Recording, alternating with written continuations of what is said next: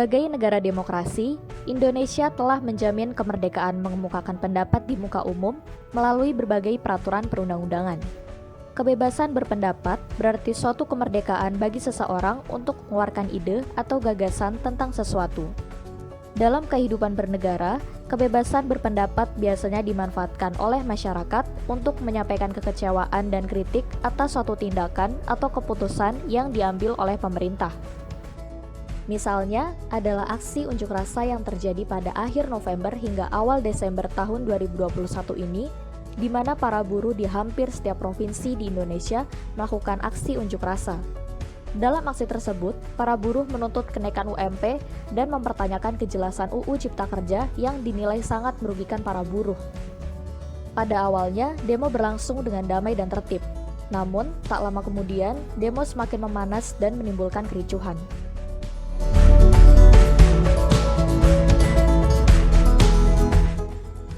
Penyebab masalah kebebasan berpendapat. Terdapat dua jenis permasalahan yang selalu terjadi karena kebebasan berpendapat. Yang pertama, yaitu adanya oknum-oknum yang tidak bertanggung jawab. Oknum-oknum tersebut memanfaatkan hak kebebasan dan menjadikannya tameng untuk menyebarkan informasi-informasi tidak berdasar atau lebih sering disebut dengan hoax yang kemudian tentu menggiring opini publik. Hal ini membuat keberadaan kebebasan berpendapat seakan menjadi bumerang. Ketika tujuan awalnya demi untuk membuat hidup manusia menjadi lebih baik, justru masalah baru lahir dan semakin membuat rumit. Sebagian besar orang pasti akan kebingungan melihat hoax yang sangat bertebaran di mana-mana. Bahkan tidak jarang yang menyebut hal tersebut sebagai kurang kerjaan. Namun, tentu oknum-oknum tersebut melakukan perbuatan ini bukan tanpa tujuan. Akan selalu ada kepentingan di balik hoax yang disebarkan di ruang publik. Kepentingan yang dimaksud pun bermacam-macam, tetapi sebagian besar akan mengarah ke ranah politik. Penyebab masalah kebebasan berpendapat yang kedua yaitu berbagai batasan yang mengatur berjalannya penerapan hak yang justru terkesan membelenggu. Keberadaan kebebasan berpendapat yang terasa hanya seperti ilusi belaka dan dalam praktik serta penerapannya acap kali seperti salah sasaran.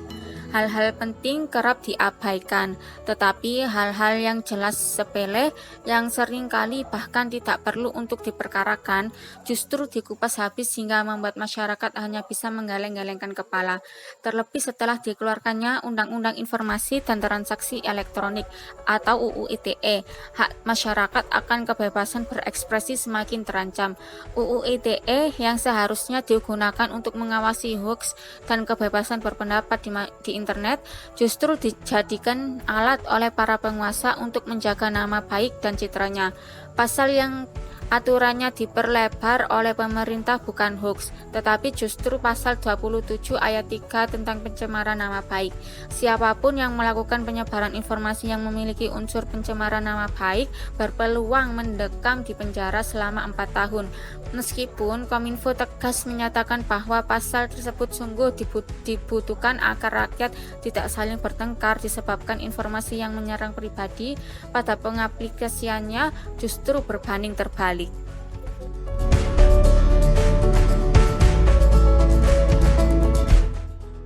Selanjutnya ada dampak dari kebebasan berpendapat.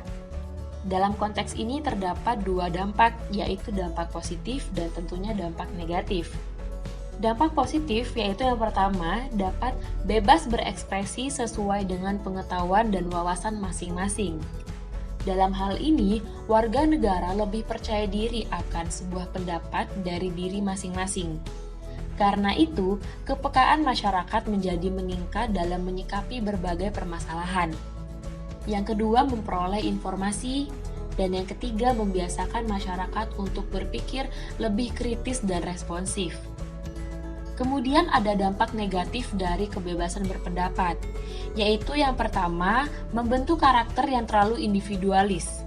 Dalam hal ini, warga negara yang mempunyai kebebasan berpendapat biasanya akan memicu gelombang kesombongan dan iri hati pada diri seseorang yang berpendapat. Kemudian jika dikaitkan lagi, dampak negatif dari kebebasan berpendapat ini juga bisa dijadikan alasan untuk melegalkan konspirasi syarat manipulatif. Yang kedua ada menciptakan strata sosial. Dalam hal ini, strata sosial merupakan penggolongan kelompok masyarakat dalam berbagai lapisan-lapisan tertentu. Yang ketiga, membuat seseorang berlaku semena-mena atau berperilaku menyimpang.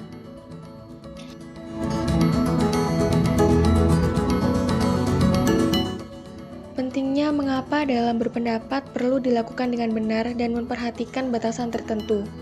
Kebebasan berpendapat merupakan hak semua orang, di mana dapat menyampaikan opini dengan bebas, namun harus ada batasannya. Harus beropini sesuai kapasitas diri dan sesuai fakta serta data yang ada, serta tidak menyebarkan kebencian dan tidak mengandung sara. Kebebasan berpendapat harus dilakukan dengan cara yang tepat. Kebebasan berpendapat harus memikirkan banyak faktor, karena jika tidak akan memicu kontra, apalagi jika tersebar dengan cepat di media sosial.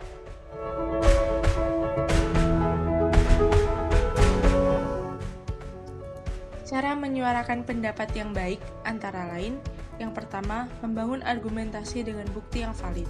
Yang kedua, menggunakan analogi sederhana. Yang ketiga, memperhatikan intonasi bicara. Yang keempat, menggunakan bahasa yang sopan. Penyampaian pendapat harus dilakukan dengan sopan dan disertai dengan kepala dingin agar tidak menjadi konflik sosial dalam masyarakat, khususnya yang terlibat di dalam forum. Yang kelima, tidak memotong pembicaraan. Yang keenam, tidak memaksakan pendapat. Dan yang terakhir, tidak menyinggung sara. Sedapat mungkin, pendapat yang disampaikan tidak menyinggung suku, agama, ras, maupun antar golongan tertentu. Penyinggungan terhadap sara sangat tidak dianjurkan karena dapat menjadi salah satu faktor penyebab konflik sosial di dalam masyarakat.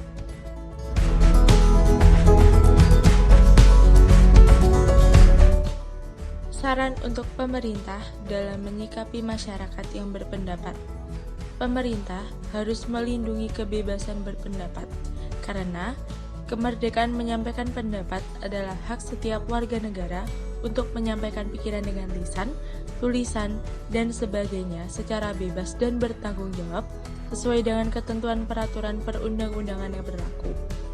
Kemerdekaan setiap warga negara untuk menyampaikan pendapat di muka umum merupakan perwujudan demokrasi dalam tatanan kehidupan bermasyarakat, berbangsa, dan bernegara. Pengaturan hukum di Indonesia mengenai hak kebebasan berpendapat terdapat pada Undang-Undang Dasar Republik Indonesia Nomor 9 Tahun 1998 tentang kemerdekaan menyampaikan pendapat di muka umum. Pada undang-undang tersebut, kemerdekaan menyampaikan pendapat di muka umum dilandaskan pada asas keseimbangan antara hak dan kewajiban, asas kepastian hukum dan keadilan, asas proporsionalitas, dan asas manfaat. Perlindungan hak kebebasan menyampaikan pendapat ini juga diatur secara umum dalam peraturan spesifik dalam pasal 28E ayat 3 Undang-Undang Dasar 1945, yaitu setiap orang berhak atas kebebasan berserikat, berkumpul, dan mengeluarkan pendapat.